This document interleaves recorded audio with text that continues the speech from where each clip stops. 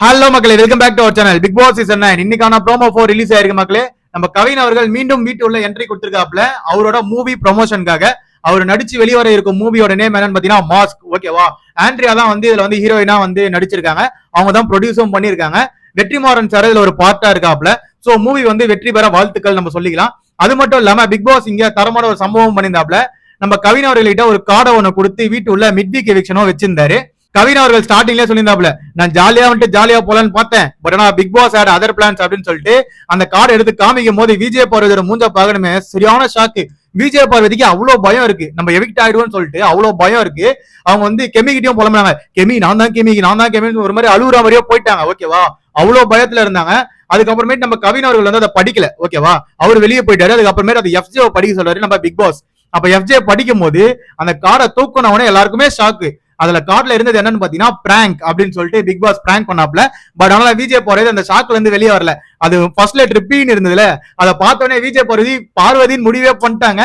So அங்க வந்து விஜய் பார்வதி பயந்துதான் பார்க்க முடிஞ்சது. விஜய் பார்வதி பிக் பாஸ் என்ன பாஸ் இப்படி வச்சு செஞ்சிட்டீங்க அப்படின்ற மாதிரி விஜய் பார்வதி கேட்க, நீங்க எங்களை செய்யறதை விடவா நாங்க உங்களை செஞ்சுட்டோம் அப்படின்ற மாதிரி பிக் பாஸ் ஒரு தக்லைஃப் கொடுத்ததையும் பார்க்க முடிஞ்சது. சோ இதுதான் மக்களே லைவ்ல நடந்தது.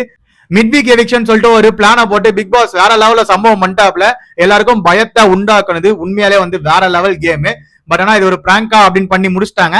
சோ இருந்தாலும் விஜய்எஸ் கண்டிப்பா இந்த வாரம் யாரை தூக்க போறாருன்னு தெரியல, பொறுத்திருந்து பார்ப்போம். ஆனா விஜய் பார்வதிக்கு எதுக்கு இவ்வளவு பயம் எனக்கு தெரியல. அவங்க கேம் நல்லா விளையாடான்னு அவன் நினைச்சா நம்ம வீட்டோட இருப்போன்ற அந்த நம்பிக்கை இருக்கணும்ல.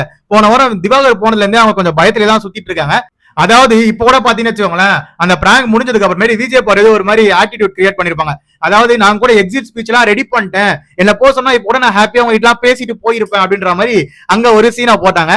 அதுலயே பார்க்க முடியும். அதாவது அவங்க குப்பரா விழுந்தாலும் மீசியில மண்ணோட்டலடா அந்த கதை தான் வந்து விஜய் பார்வதி இது. அந்த ஒரு ஆட்டிடியூட் அங்க கிரியேட் பண்ணதை பார்க்க முடிஞ்சது. சோ வீக்கெண்ட்ல எந்த மாதிரி பயத்தை உண்டாக்க போறாருன்னு தெரியல. விஜய்எஸ் நிறைய பேருக்கு பயத்தை வந்து உண்டாக்க போறாருன்றதுல மாற்று கருத்தே இல்ல, பொறுத்திருந்து பார்க்கலாம்.